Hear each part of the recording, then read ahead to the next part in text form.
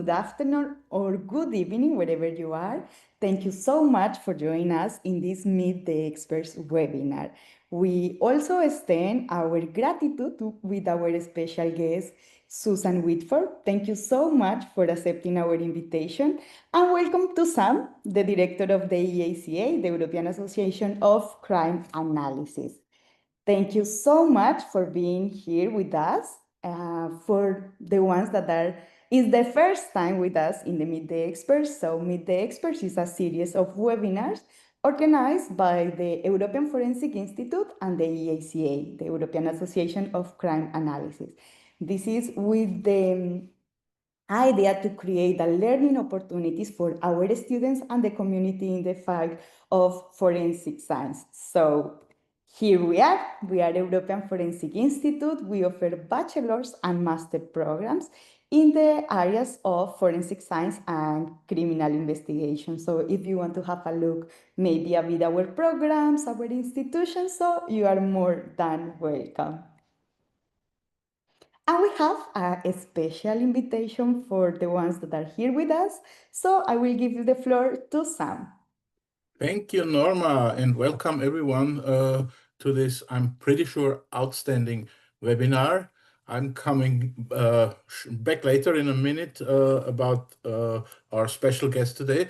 But first of all, let me point out that if you want to join us at the Crime Analysis 2025 conference this year, you have to register immediately because we will close the registration in 3 days. So come and join us. You find everything on our website. It would be great. It would be great to have you guys there, and you can expect an outstanding lineup this year. Unbelievable! It grows and grows, and every year it's better. So join us. It would be great. And now let me come straight to welcome my really old friend, Susan Whitford. To be honest, she is the one I know the longest in the field. And if you don't believe me, the first steps I took outside of my own country, it was in the on the west side of Canada, where I was on an IACA conference, and there I met Susan in the year 2011. Is that right? And from that day on, we became friends for a long time now. And I love the way how she teaches, how she speaks. She is more than experienced, and it's a great honor, Susan, to have you here today. So I want to stop because I could talk about you more than an hour, I'm pretty sure, but it's your webinar today. So thank you for being with us, Susan, today, and welcome, and the stage is yours. Thanks so much, Sam. I appreciate it. And thanks, Norma, for the great introduction and for the invitation. I'm absolutely honored to have been asked to present today and to share with you some of my own thoughts and some of the things that I'm doing to help change how we're educating our future criminal justice professionals. So I appreciate that, Sam. I hate that I'm your oldest friend. I hope you know somebody older than me, but I'm teasing. But Sam's right. We go way back to Vancouver, Canada, at our first IACA Truly International Conference. And Sam didn't mention, but I was honored to be one of the speakers at the first ever conference that the European Association held in Graz. And that is still a memory I talk about all the time. It was an amazing opportunity, and I appreciated that. Hoping to come back next year or the following again and be part of that again, because that's an amazing conference you put together. So thank you. So with that said, good afternoon to all the attendees, and thanks. I know for some of you it's 4 o'clock in the afternoon, and you're probably like, do I want to be on this webinar or do I want to go home? Well, hopefully you find this interesting and useful and you want to be on the webinar. And for those of you that it's different times of the day, it's 9 o'clock in the morning for me on Thursday, so I'm just getting started for the day. But thank you all for being here. I'm really glad we get to have this presentation / conversation. If you put into the chat your questions, I'll keep glancing at my other screen to see if there are questions and try to answer them. But also we'll have time at the end for questions for me to answer. Or if you have a differing opinion than I do about any particular topic, that is also fine. It's okay to have different opinions about, what we're talking about today, or different approaches or different ideas. They're conversations. So I'm really glad we can talk today about how we can reimagine the criminal justice education that we're providing to the next generation, really the Gen Z, as we would say, those that are in college, whether undergraduate or graduate, those that are in high school thinking about their next step into their career. The needs to train them, to teach them, to educate them are evolving so much quickly than they did when I was entering the field back in the early 1990s. Things moved very slowly in criminal justice. The field, especially law enforcement, were very slow to change. But with the changes in technology, the changes in adaptability and sharing of information, how frequently we have to change what we're teaching to meet those evolving needs is really quite fast. Some are saying that our technology and our capabilities are changing almost every year to 18 months. And the work that we're doing in education has real consequences for the future of our profession. We're preparing this next generation of professionals who are the ones that are going to shape public safety, shape policy, engage and shape community trust. So my goal as an educator is pretty simple. When my students graduate, they should be ready to contribute on day one. This topic came up recently on LinkedIn by Dr. Jerry Ratcliffe, brought up a topic when he attended a conference, I believe it was in New York, and there were some presenters that were talking about people graduating college who are in essence book smart, but don't know and don't understand how to apply it in the real world, in the real job. So they show up and they know what the book said and what they were tested against and the assignments they did. But when they walk through that door for the job that they got, they don't have that connection between what they learned and how it is seen or how it is applied in the real world. I did send a handout that you should, Norma and or Sam should be making it available to you during this presentation that'll help you go along with what I'm going to be talking about today. If you have questions or comments, you can write them or type them and then ask me at the end about them. I can revisit those topics. What I can tell you is I was and am, but more was a practitioner more than an academic. I spent 22 years in law enforcement in the United States. I was never a police officer. I never carried a gun. I never arrested anyone. I was a crime analyst. I did that for 22 years. And then I went to a private big data company that works around the globe, helping law enforcement and other criminal justice agencies, courts, corrections, nonprofits, to bring together large data sets, to organize them, to make sense of them, and then to be able to take action with that information that comes from that data. So I did that, and all along I'd been teaching, and that's where my real passion is. The personality you see here, Sam can verify, is the personality I am. I have a very big personality. I'm very dramatic sometimes because I think it's important that when we're communicating that people are listening and not just going through the steps. So I love to teach. I love to be in the classroom and help our young people find, we would say, their why. Why do I want to do this? What do I want to do? What's my purpose? Hopefully it's beyond a paycheck. You know, we need a paycheck. Most people need a paycheck, but their why and to find their passion. And so as the field of criminal justice has really changed, we know that employers aren't just looking for students that can recite theory, kind of as I said, it's crime pattern theory or, rational choice theory or these theories we talk about, but how are they seen? Employers want graduates who can apply evidence-based decision-making, data-driven decision-making, They want them to be able to reason with the data and be able to take what that data says and communicate it and see how it's seen in the field, in their job, and working with citizens of their community or other criminal justice employees, nonprofits, talk with our governments, right? And they need to understand the community that they're serving and how what they know translates. I often give the example of I have students that are our college is in a college town, we'd say. It's pretty much the university is there and it pretty much is the city.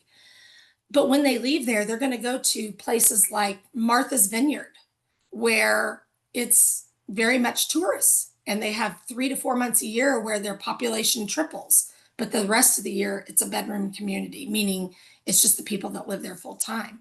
Or they go to Hollywood, or they go to, Los Angeles, or Dallas, Texas, or New York City, or Interpol, Europol, The Hague. I understand I'm talking to mostly people that are in Europe, and they go to other places that the information they learned has to be applied differently. They have to understand that community. Oh, I see they're loading a whiteboard. It might be my handout there. So they have to understand the community that they're serving. Are they serving a community that is mostly college students or university students? In the United States, we use college and university interchangeably. So if I say college, I also mean university, the college, the university. If they live in a tourist town, if they live in New York City or Las Vegas, where they never sleep, it's 24 hours a day, they need to understand that the education that they receive needs to be intentional and practical and rooted in real world experience, and they need to be able to apply that. So I offer to you a 3-part model. I use this model to guide how I design programs very intentionally and integrate real world experience, what they should expect, and integrate data fluency. It's not a world anymore where just crime and intelligence analysts need to understand data. Also, policymakers, also commanders and leaders need to understand what the data is saying and how we intentionally design our approach to crime fighting in the real world. So intentional design means that we start with the outcomes that we actually care about. In my university, sometimes my supervisor will talk about, you need to do this report and you need to do that report. And while being respectful about it, I also sometimes say, why? Is this something that our students really care about, our employer really cares about, or is this just something that's always been done and so we do it? So questioning why, and if it's necessary, how can we make it better so it's more applicable? So intentional design, whether you're talking about a policy or a program or in a university curriculum, starts with saying, what do they really care about? What do we need them to leave with? Can the students take data or information or resources, reliable resources, peer-reviewed, and also resources from reliable institutions, and find answers? Can they brief or can they speak to a supervisor within 5 minutes and clearly articulate and accurately articulate what they're trying to say? Can they consider equity and how that impacts their recommendations? So let's visit that just for a minute. So if I come up with a policy or an approach and I put it into place and say, we're going to follow this, what is my intended outcome? How is this better preparing our community, our employees, or in this case, our students for real world application? When I say we want to teach about the Innocence Project in the United States, we have a class called Wrongful Convictions, and the students want to hear the stories, but what is our why? What is our why? We also teach a class called Conspiracy Theories. It's not that the reason for teaching these is not to to influence their minds as much as, some of these conspiracy theories might be true. Maybe they are, maybe they're not. They're probably not. Can I say they're unequivocally not? No, but they're probably not true. But it's to teach them to critically think, who is saying this? Who is saying this is a conspiracy? Why are they saying it? What is their motivation? What's their angle? From what data?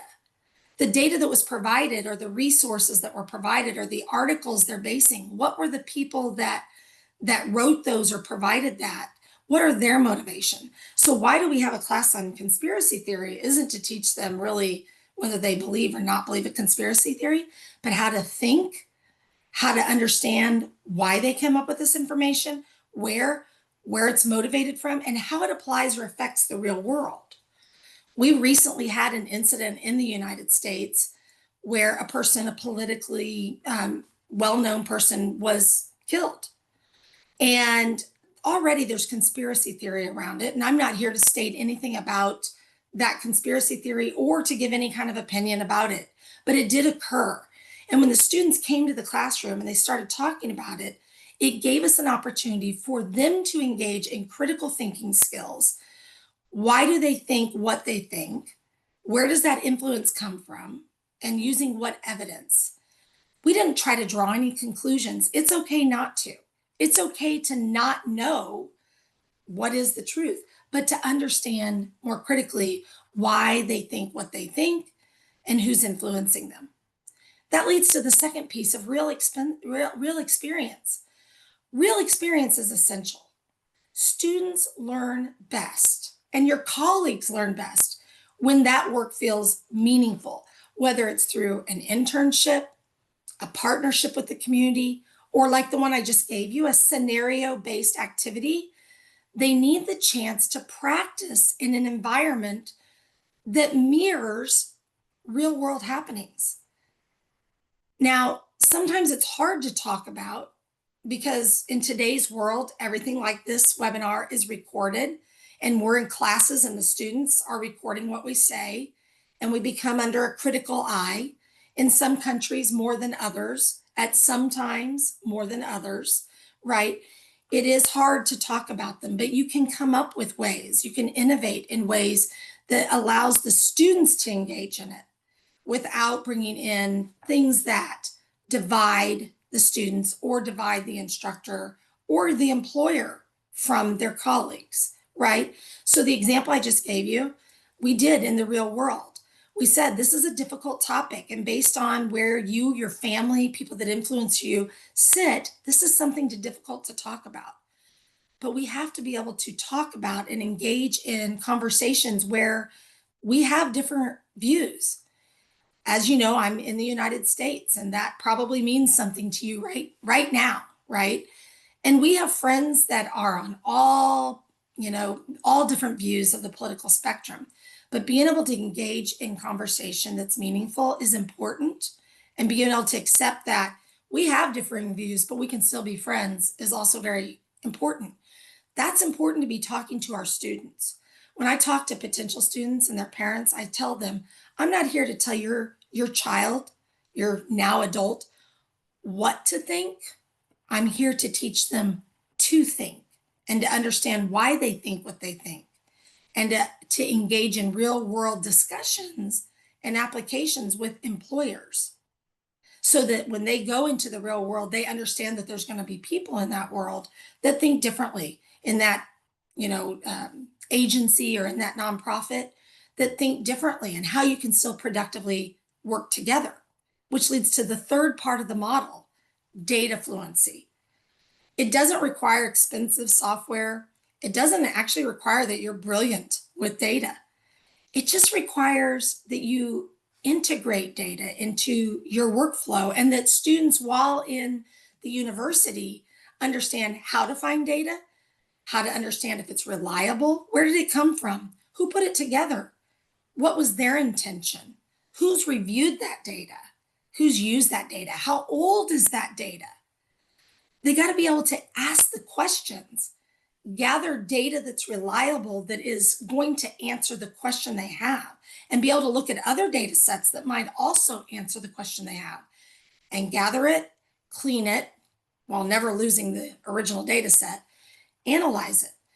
Yes, crime and intelligence analysts are at that next level. They're at a higher level. They have the deeper training. But just think about your home life. You gather data and you analyze it and you make decisions from it. Anybody have an idea of what that might be? Your finances in your home life. You know how much income you have. You know how reliable the data in your banking system is. Maybe you're online and you're like, yeah, it says I have 5,000 euros in my checking account, but I know that I've also just paid the house mortgage and I've also just paid a car payment. I really don't have that much. What I really have is 2,000 euro. And I need to pay for these things and I need to project what I think is going to happen. I need to set some money aside for an emergency, things like that, right? So you are a data analyst, even if you don't think you are. I don't know all the roles that the people on this webinar are playing. Some of you probably are students, some are university professionals, some are in the industry, but all of you in your life have gathered data, formally or informally, cleaned it up, and been thoughtful about, what do I know about this data? I know that this isn't an accurate picture of how much is going to be in my checking account or my bank account tomorrow or next week, or that I need to plan for something. The same is true when we analyze crime, or in the criminal justice system when we're writing a policy or a procedure. So we need to be able to be mindful when we're creating workflows to define what our question is, to gather the right data and to understand that data set, to clean it, to visualize it. What is it going to look like in the future? To be able to explain to someone, like if I'm talking to my spouse, my partner, right?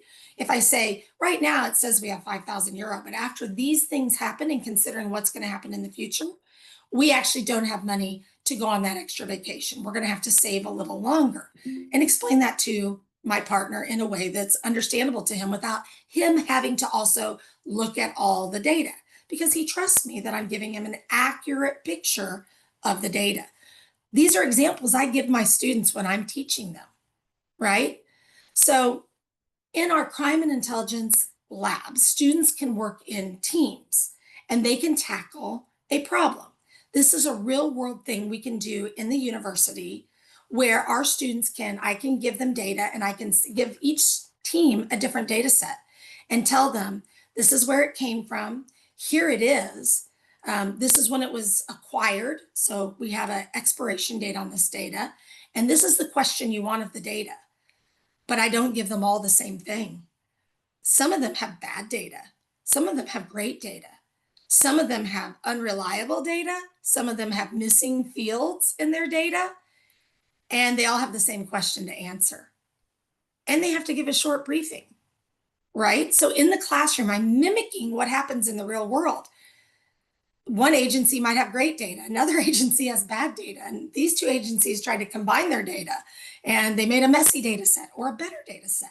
So in a classroom, we can talk about these topics and not have to, have real data, because I can you can use an AI, quite frankly, to create some data sets.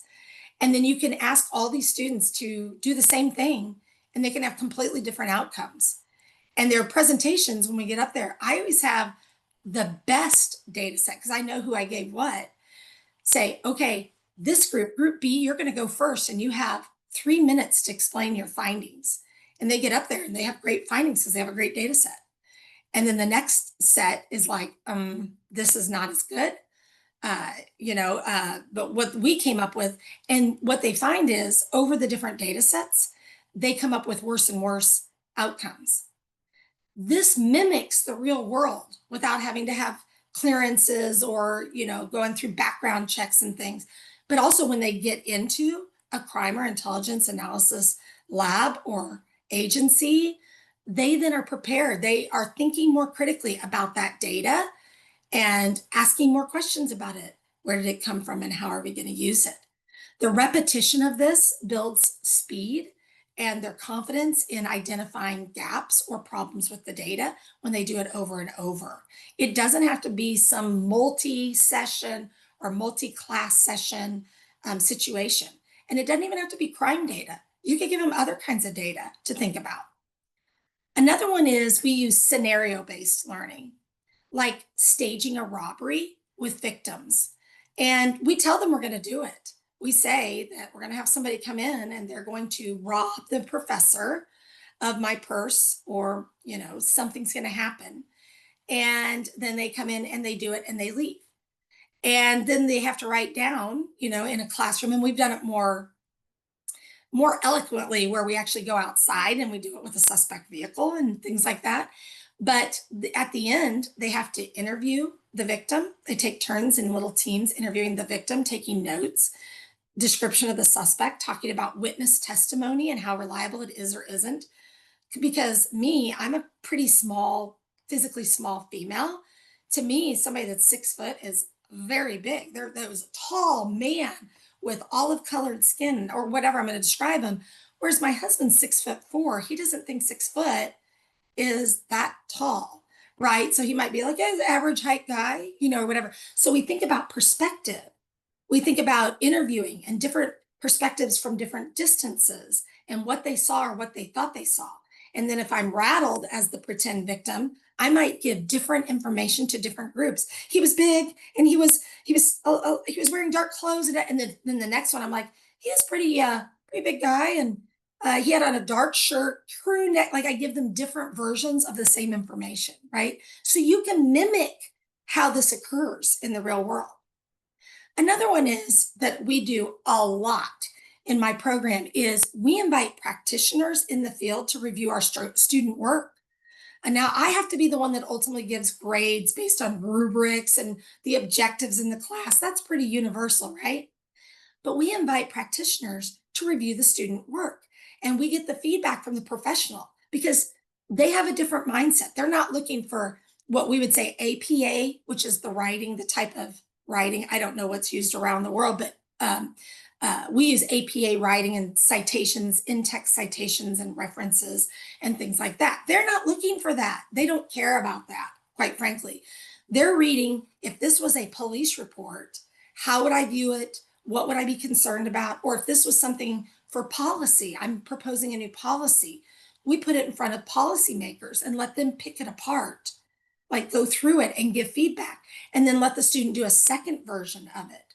So students seeing that their work is being taken seriously and sent to people in industry, and understanding that what they create matters, and that people that do this for a living are giving feedback and see where they're at. Sometimes they're very far from what would be needed and they get a lot of feedback. And sometimes we have, very minimal feedback. This is outstanding. Sometimes we'll circulate it to a different person to get 2 different people's feedback. We also do that with practice interviews, with their resumes, with their cover letters. We circulate them in industry. We know which skills the employers are valuing across the board.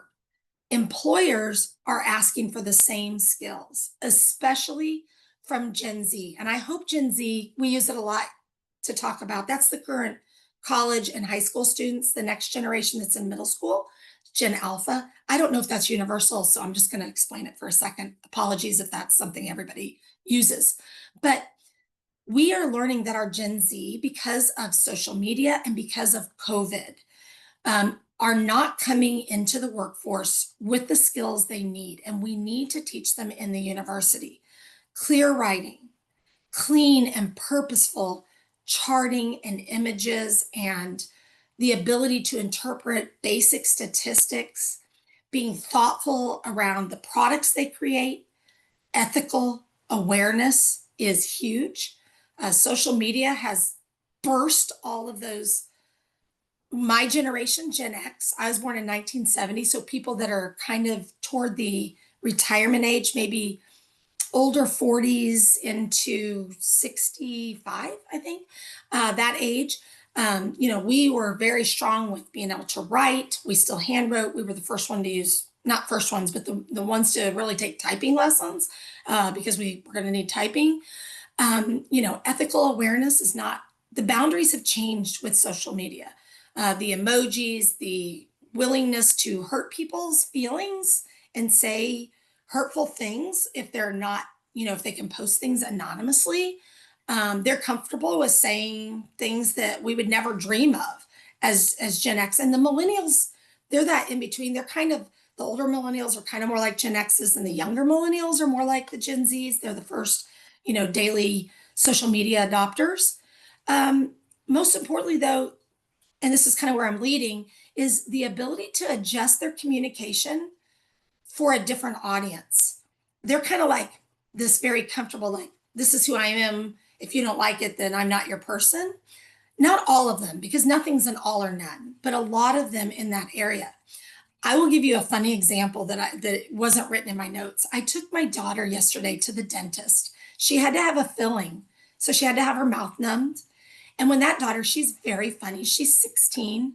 When she's at home, we'll be like, did you like your meal out? And she's like, no, it was garbage. That's what she would say to us. And we laugh at it. That's just an expression they use. No, that was garbage. Whereas my generation would say, I didn't like it. It wasn't a good taste. I'm not going back there, or something like that. We wouldn't say it was garbage. We were at the dentist yesterday, and at the end of the entire 45 minutes spent doing her filling, and she said nothing the whole time. The dentist goes, how do you feel like that went? She goes, that was garbage. And I was mortified that she would speak that way to the dentist. Now, maybe some of you that are on this are a younger generation. You're like, that's normal. But you have to think we have still the baby boomers, which are people that are like more in their 60s and 70s, are still in the workforce, especially in the United States. We are getting to an older and older age that we have to get to before we can retire comfortably, right? And the Gen X and the millennials, that's not something we would say. So we have learned that the generation coming in are not prepared to change their level of eloquence or their level of speaking or how they speak, as well as previous generations were in the workplace. So in criminal justice, we deal with very difficult topics: murders, rapes, robberies, mafia, shootings, gangs. We're dealing with very heavy topics. And one thing we need to talk to and to develop the skills for our students are being able to articulate in writing using proper uppercase and lowercase letters and complete sentences and words, things like that, and being purposeful with the information they provide to their audiences, and thinking about the different people that might be in their audience: communities, policymakers, philanthropists, people that were trying to donate money to our university or to our, program, things like that.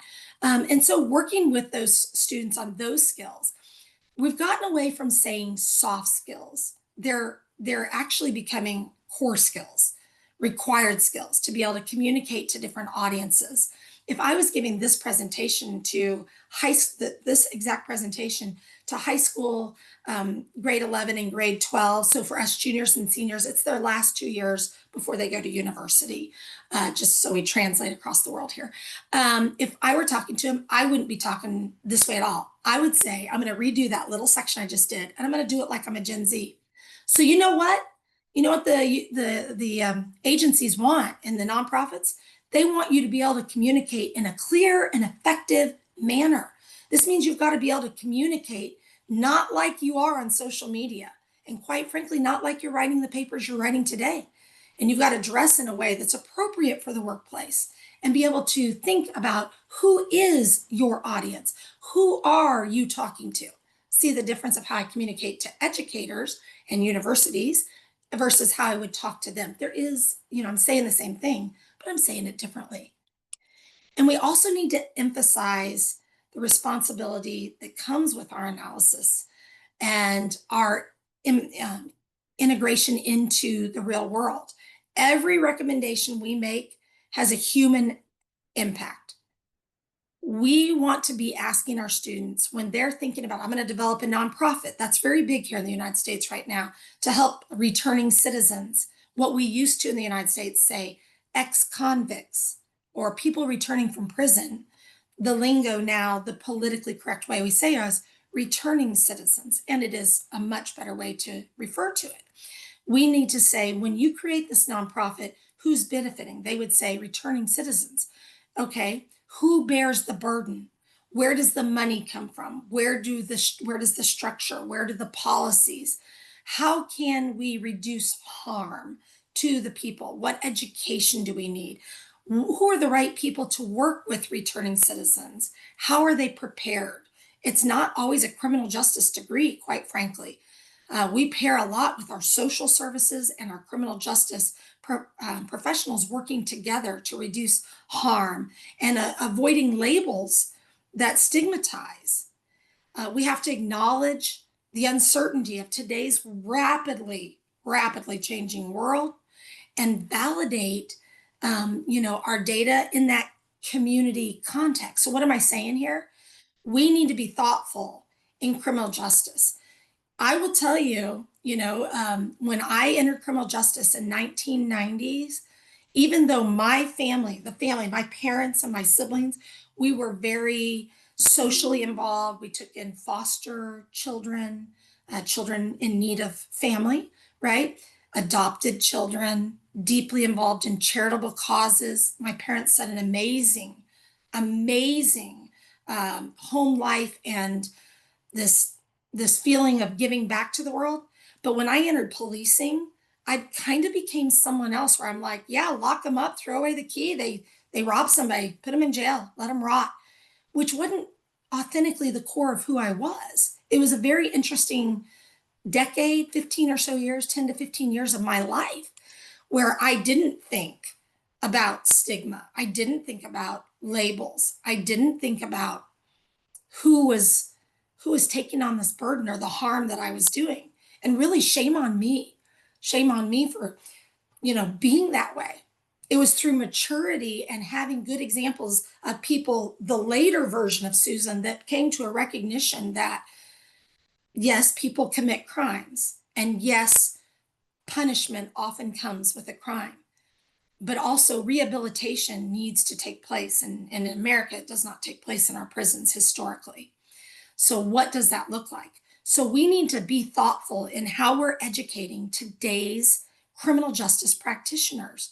We need to talk to them about when this happens. If we lock them up and throw away the key and someday they are released, they've spent their time and they're released and they return to society, what further harm has been done for them? And what are these almost insurmountable challenges they have re-entering society? Now, let me step off my soapbox and just say, we should be teaching criminal justice from the moment a human is born, or even prior to that, while a woman is pregnant with a child and she is on drugs or she is incarcerated or whatever that looks like, that child's birth or that human's birth until their natural death, right? And everything that happens in between. Historically, criminal justice educations really have been about three things: cops, courts, corrections. I usually say it much faster. I go cops, courts, corrections. And they are vital and important and critical to most criminal justice systems. But there's so much more that we have failed to educate about.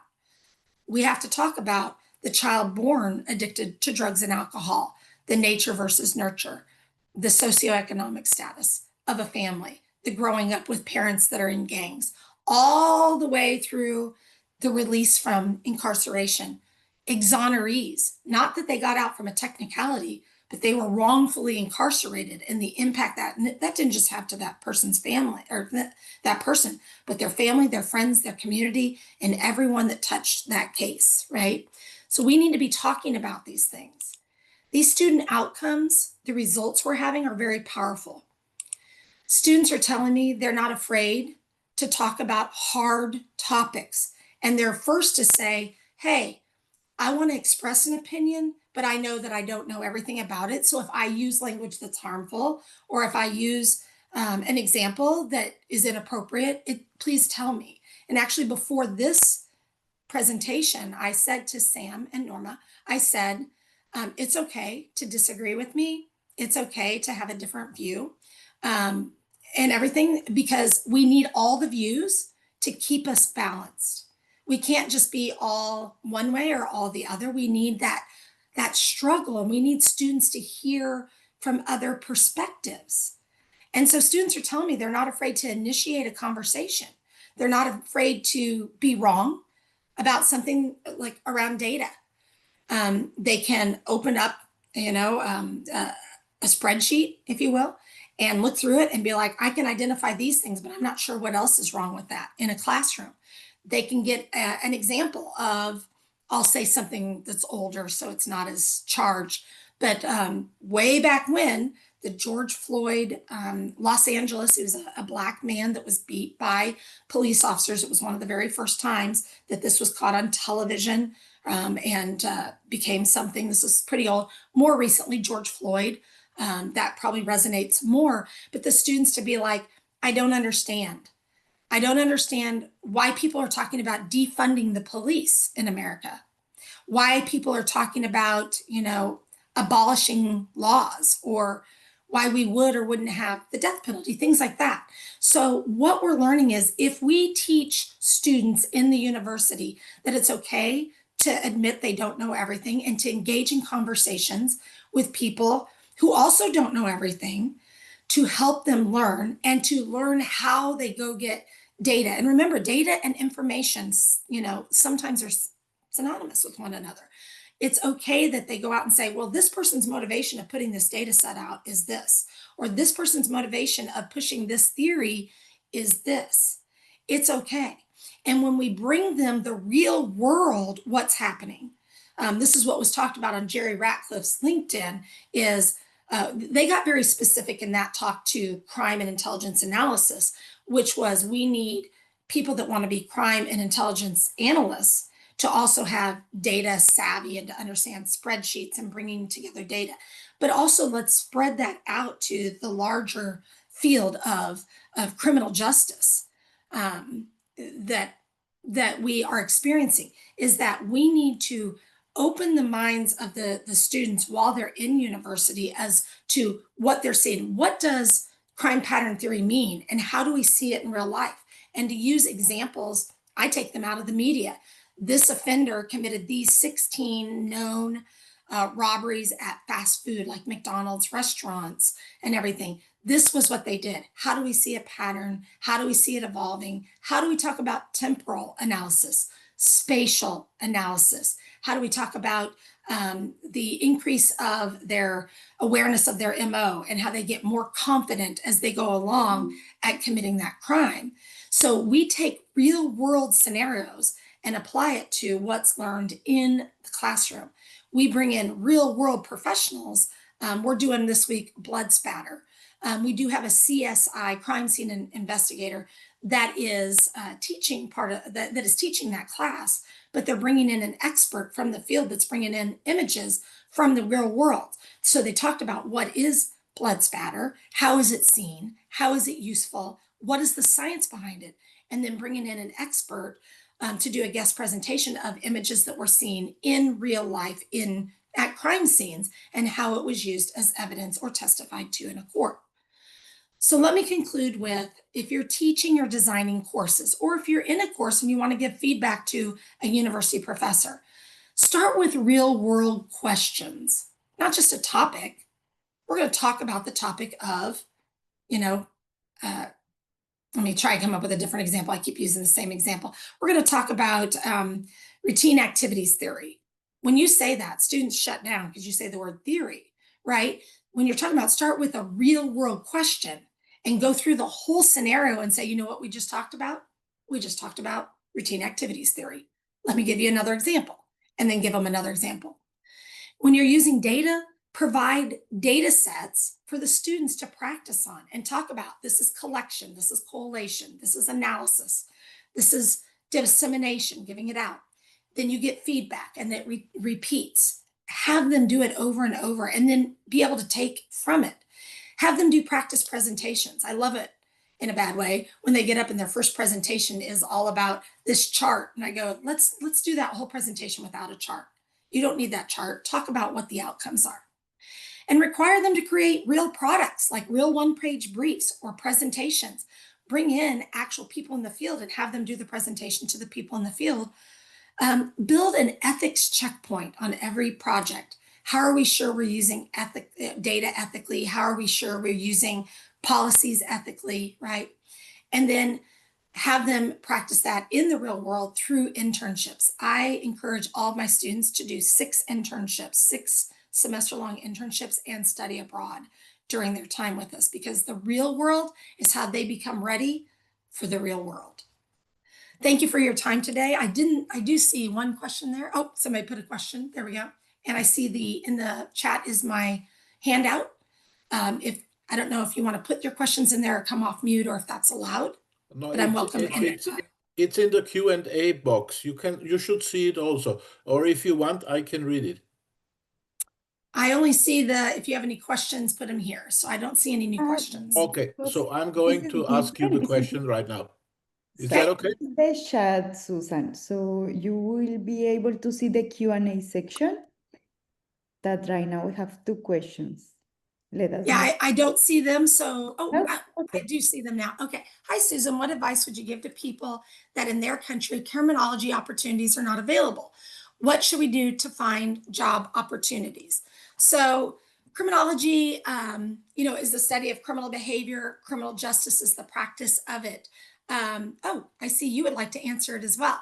I see that. Do you want to go ahead and do your answer and I'll follow up? Did you want to do an answer? Don't worry. I mean is to show you that you already answered, so we'll be removed from there. You can answer, don't worry. Okay, sorry for the misunderstanding. So one thing is more and more private companies, the one I previously worked for, and I'm not advertising for them, I'm just giving an example, LexisNexis. They're a global data analytics company and they hire remote employees all over the world. Their parent company is called Reed Elsevier, and it is in Europe. It's in the Netherlands. It's headquartered. So if there are not criminal justice opportunities, job opportunities, I would say look toward private companies that hire people to do analysis and intelligence online. It's actually in the United States become a tipping point that there are more in the private sector. I'm going to use some examples that I think are at least well known globally, like Walmart, Target. These are retail stores, John Deere tractors. These global companies, they hire crime analysts to work for their companies all over the world. So there are also really good online degrees. If you're looking at undergraduate online degrees, I'm doing really well at not putting my own university out there because I'm in the United States, but there are universities around the world to get that education, private and public. And there are private companies that hire people to do analysis and intelligence and investigative work. There are insurance companies around the world that do nothing but hire people to be detective without a gun, investigating insurance looking for fraud. So that's my answer to that one. Mike Garnett asks, how can criminal justice programs leverage the community connections that their centers for service learning have? How can curriculum include experiential learning that is not internship based?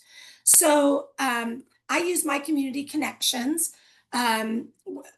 for service learning. We actually incorporated in my university, we have 7 of our 41 classes are social awareness service learning classes. So one is I've hired practitioner academics, pracademics, so they're professors of the practice is what they're called in the United States, that are already connected to service learning opportunities. And at our university, they can get a service learning credential. It's a certificate that they get when they're graduating. So one thing we have done in our program is purposely design curriculum to ensure that the outcomes are meeting the outcomes that lend themselves to the service learning credits. And we also, the experiential learning can be done that's not internship based by we have them do externship and capstone projects. So externship, the student is still, they could do it from home or from their dormitory at the university where they're working project-based with criminal justice entities. We have 2 students working with one that's in New York. It's a nonprofit that are getting those real world experiences where I monitor them to meet certain outcomes. And depending on the size of that project, they can get 1 or 2 or 3 credits They can actually get up to 6, but only 3 per project at a time. And that is also how they build their resumes. Mike, I hope I answered your question, but if I didn't, please email me susan.whitford@ku.edu. And I'm happy to answer that further or get on the phone and a Teams call and answer that further. We have a bit more time if someone has any other questions, so we can wait for it. I have two things to mention. One of them is that, of course, also here in European Forensic Institute, we offer our programs are online and blended programs. So you can study online and you just need to come to Malta for the laboratory sessions in the case of the bachelor programs and also our master in biology. I would like also mention, Susan, something that I feel that is really important for our students and also complementing a bit the last question. And I think these spaces are really interesting for the people who is right now starting in the field of forensic science. So I think to have or to listen the people that already has a lot of background and knowledge like you, our guest expert. So really, I feel that this is quite important. I'm so happy also to see some our new students here in the participants list. They start classes for the bachelor programs last week. And I'm so happy to have them here because these activities are for them to have really the expertise, to have new positions, and of course, as you say, they can be disagree or not about the situations, but also the opportunity to understand what they think about. So this is quite important for them. Yeah, I absolutely agree. And I definitely not trying to bring my students here. You're in Europe, most of you. I think that that's a much better option for you and everything. But I think that, to kind of close out, unless there are more questions, I am watching, but unless there are more questions, I think the most important service that we can provide to students is designing all of our assignments or anything that's assessed, right, to look like real requests the students would get when they face it on the job, real questions they would be asked about in an interview.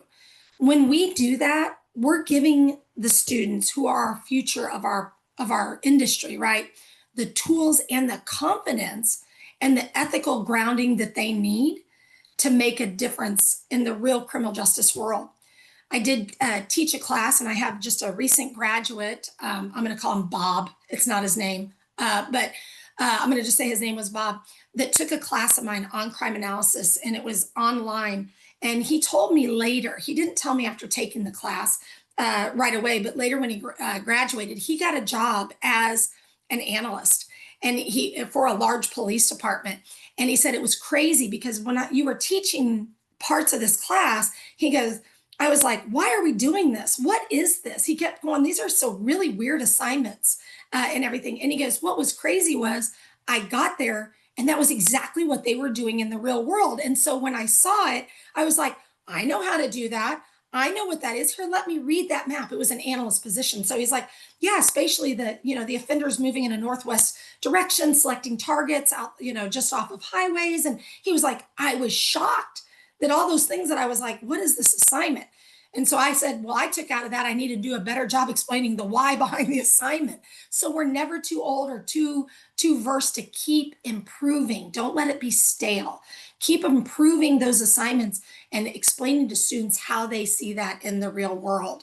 So, I can go a little too far one way where I'm giving them such authentic things that they don't understand how that's a university assignment. So that balance is really important. We do have to, have outcomes and be able to measure, the degree to which a student is meeting those outcomes. But I will tell you, I'm not anti-tenure track. Is that a thing in Europe too? Somebody maybe nod tenure track professors versus, I don't know. But in the United States, we are seeing more and more moving away from tenure track. There are professions that tenure track is important, that academic, the publish or perish expression and everything. But bringing in the real world in criminal justice as it's evolving so quickly and expanding so quickly is critical. That real world authenticity, applied. So those students walk out and they walk in like Bob did. I see the question, like Bob did, to say, I walk into the workplace and I go, I recognize these crime maps. I recognize these data sets. I recognize these Tableau or Power BI, dashboards. Anonymous attendee says, "Hi, Susan. What should I consider when researching which internship places to apply and how to find them? Any tips?" Yeah, I'll give you a tip that nobody's going to see coming. Ask ChatGPT or your favorite AI. I like to do these kinds of things. These are the skills I'm good at. This is my goal. Like, tell an AI, these are all the things I like to do, I enjoy doing, and this is what I'm strong at, and everything. Give me some ideas of the types of internships I might enjoy, and please give me live links to people that currently have open internships being advertised within, 1,000, I guess thousands too. In the United States, it'd be 1,000 miles because we're big, but you might say within 100 kilometers, I think, of where I live. You will be surprised at how accurate. Now, remember, it can hallucinate. It can give you bad information. Go to that website, make sure it's an authentic website. So what I would consider is, what do you like to do? What do you enjoy? What do you like to do? What are you good at? People always think, oh, Susan's got a big inflated ego. And I tell people, when I was a crime analyst, a practitioner, I was a very good crime analyst. And I don't hesitate to say it because I won some awards. So I must have been pretty good at it, and I was good at it. I can't cook at all. I'm a horrible cook. If I cook something, my family's like, can we go out to eat? Because I'm horrible at it. And I also don't enjoy it. If I'm forced to do it, I can put something edible together, kind of, but I'm not good at it and I don't enjoy it. Don't do something just for money. I tell people the job I had before at LexisNexis, I made more than twice as much money. This is true. Than I do at my job now. But I'm so happy at what I do now. Money is not everything. And when you're young, you think, I want to do this and I want to get promoted and promoted and promoted. And I lived that life. All I thought about was more money and promotions and more people reporting to me. And I was miserable. I came here and I'm like, I don't really want people reporting to me. You guys evaluate yourself. I want to teach. I want to be inspirational to my students and everything. So my advice to you is, think about what you really love doing. Do you want to be around people or not? Do you want to be analytical or not? Do you want to be do you want to, supervise people or not? And ask an AI, where would I be a good fit? And then ask the AI, who has internships around here? And then go apply for them and go after what you want, not what your mom, your dad, your brother, your sister, your partner thinks you should do, but what you want to do. Absolutely great. Yes, that's the right way. In any case, the police is still unhappy about that they lost you. LexisNexis is more than unhappy that they lost you, but I'm pretty sure your students are more than happy that they have you as a professor. So congratulations to you and your presentation. It was outstanding. And I could also follow that we not lost anyone from the audience. That's really great. And I'm pretty sure the students will have more questions in the near future. So if you agree, we will forward the questions straight to you to answer it. That is really, really absolutely great. Thank you once again in the name of the EACA. And now I would handle the floor over to Norma for the last words. Thank you so much, Sam. Thank you so much, Susan. Really was inspiring our students, the community, and also us, because it's good to learn. As you say, keeping learning is too important for all of us. Thank you so much for your time. We really appreciate the knowledge that you can get us in this webinar opportunity. We also invite the people that is with us today to join the next Meet the Experts. We have these types of events usually once per month. Also our open days, if they are interested to know a bit more about our programs, our master, our bachelor's. Thank you so much. And as Sam mentioned, I'm so happy because we have many participants today. Thank you so much also for your questions, and we hope to see you in the next Meet the Experts. Thank you so